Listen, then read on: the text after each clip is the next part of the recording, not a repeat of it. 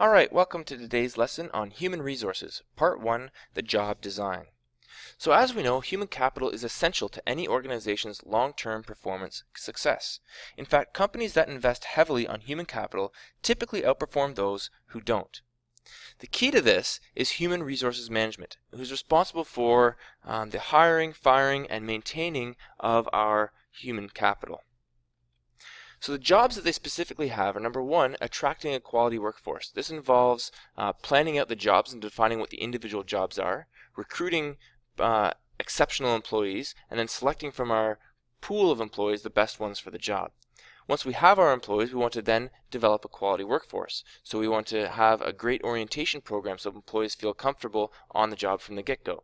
We want to provide proper training and development, and we also want to provide performance appraisals for our employees so they can make sure that they are constantly improving while on the job.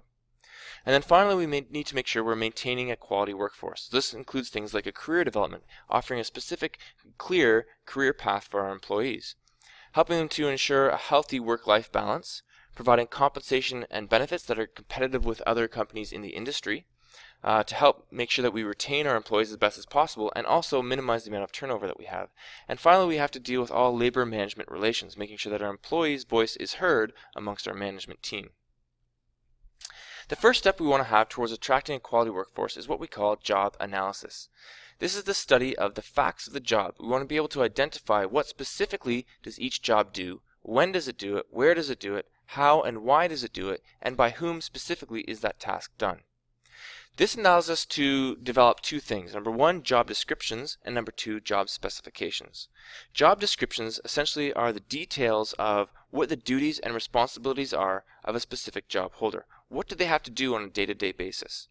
A job specification lists the qualifications you must have in order to be able to perform those duties and responsibilities. For example, what is your education, prior experiences, skills that you have, and so on. So when we're trying to develop our jobs, we want to design them so that both performance and satisfaction of our employees is a result. We want to make sure that they're happy with the job so they continue to work there and they're also doing the best job as possible. A good job provides a good fit between the individual worker and the requirements that they have to do. So we want to make sure we're matching the right person with the right skills to the right job. A couple of different strategies we can use to help us design our jobs. And these are based on the amount of specialization of the job that we want to have. So if we have a high specialization, so you're doing a very specific task, we call that job simplification. We can get a little bit more moderate in our specialization, so a middle level of specialization, by doing job rotation and job enlargement. And we can have very little specialization in our job by doing what we have called job enrichment. So we'll look at the first one, job simplification. This is where we're going to try and standardize the work procedure. We're going to employ people in well-defined, highly specialized tasks so they can do the same task over and over again and get very, very good at it. These simplified jobs are typically narrow in job scope, meaning that they have a few number of and variety of tasks that they need to perform. It's also going to be low in job depth, which means that they're not going to be doing a lot of planning, controlling, and they're not going to have a lot of responsibility within the company. The most extreme version of job simplification we can have is automation. So we're trying to make some sort of machinery perform the task so we no longer have an employee to do it. A couple of advantages of having job simplification is that it's easier and quicker to train our workforce. Workers are less difficult to supervise and easier to replace, and we have a development of expertise of those particular employees in the specific task they're doing because they're doing it over and over again. Now there are also some disadvantages that come from this. Number one, we have an increased cost as a company as a whole because we're going to have employees that aren't buying into their job. They're not happy with their job. So we end up having a lot of absenteeism, a lot of turnover, and maybe even some poor performance because of this. Typically, when we try and move in towards the other ideas of job enrichment and job rotation and job enlargement, we're going to try and maximize or maintain those advantages while trying to get rid of some of those disadvantages, but it doesn't always work.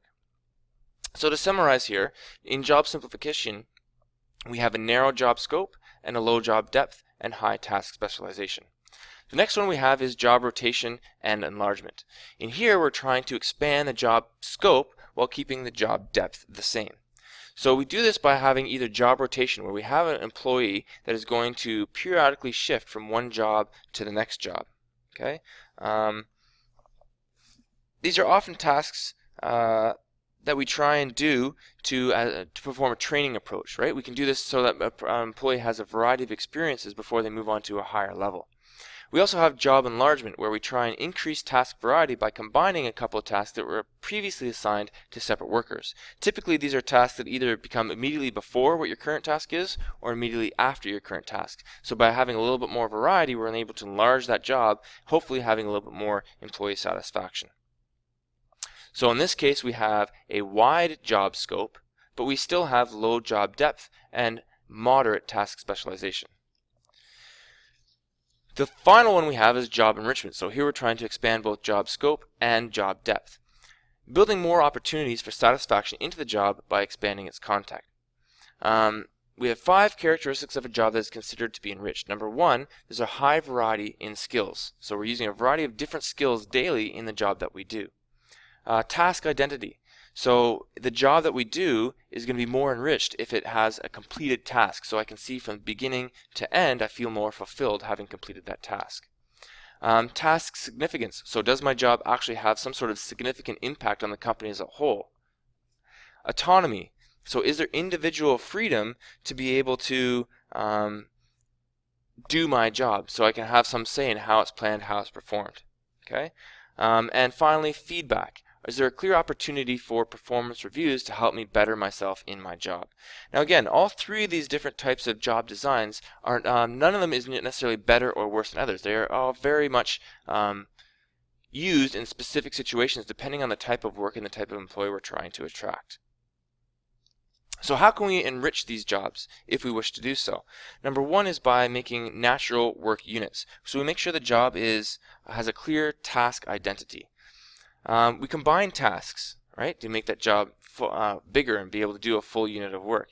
We allow establishment of relationships with clients, both inside and outside the company. This allows us to have natural feedback and make sure that we feel like we're important to the job. We can create open feedback channels with the management. And we can practice vertical loading. So in other words, we're trying to make sure that the employees are also a part of the planning and controlling of their task as well. So the last one here, job enrichment, we're having a wide job scope and high job depth with very low specialization. So we're doing a variety of tasks and jobs. So how do we get our employees? We do this by using recruitment. So these are activities designed to attract a qualified pool of job applicants to an organization. There are a couple of steps we do to recruit people. Number 1, we have to advertise a job vacancy, let people know that there is a job available. That could be both internally or externally. Then we make preliminary contact with potential job candidates, do some initial screening to make sure we have a pool of qualified applicants that we're going to assess in greater detail. We can have both external or internal recruitment. So external means we're trying to hire people who are outside our organization, trying to get some better people in. We can also do internal recruitment. So we're trying to take the leaders who are in our own company that have been developed and promote them within the company, helping to increase morale and make sure they also already understand the way that company works. There's also traditional versus realistic job previews. In traditional recruitment, we try and sell our company to prospective employees. Right? We want to make sure it sounds very good, so we only highlight the most positive organizational features. Sometimes this represents an unrealistic viewing of our company and can often lead to disillusionment of employees when they get on the job and realize that it wasn't all rainbows and butterflies that we promised them it was going to be. So typically more and more companies are moving towards realistic job previews where we are more fair to the way that we represent our company. So candidates receive all information about the company, good and bad, and this usually leads to a higher initial job satisfaction on the job. So when we go to select people, there's a couple of different ways we select our actual employees. Usually we start with some sort of formal application. This could be a resume, it could be some actual form that they have to fill out, and in this we're trying to look for their personal history, qualifications, and making sure that they have the proper credentials. Typically people would be rejected at this point because they might not have the proper qualifications for the job. From there they typically move into an interview or site visit. At this point we're trying to hook these people up with key members of the organization to make sure that we can learn a little bit more about each other and make sure they're the right fit for the job. You might be rejected here because you have an insufficient ability or poor interpersonal skills being able to relate with your potential bosses. The next few may be done or not done depending on the company and the type of job. You may have some sort of formal testing, an employment test. It could be an intelligence test, an aptitude test, personality test. And typically, if you don't do well on those, you might get rejected as well. From here, you go into reference checks. You're going to try and make sure that you're contacting some sort of background information, so previous employers, academic advisors, co-workers, and so on. The key here is that it can't be somebody who is related to you or is a personal friend. And again, obviously here, you might get rejected because they haven't given you a very good reference. Some jobs may also require a physical exam if the job itself is physically demanding, in which case you may not make it if you're not fit for the job. And then finally, once you've got all that information together, you do a final analysis and decide who the overall best candidate for the job is, and we might be rejected here because there's just someone who's better, or your overall potential, looking at all the different parts, makes you not great for the job. The last thing we're going to take a look at is making sure that we are not discriminating when we are trying to go through the hiring process. This occurs when someone is denied a job or an assignment for reasons that are not relevant to the job itself. The Canadian Human Rights Act specifically says that every Canadian has the right to employment without regard to race, color, national origin, religion, gender, age, sexual orientation, pregnancy, or physical or mental ability. Now, the Canadian legislation provides an overall framework for individual provincial legislations. So what is considered to be discrimination in Ontario is different from that which is considered discrimination in other provinces.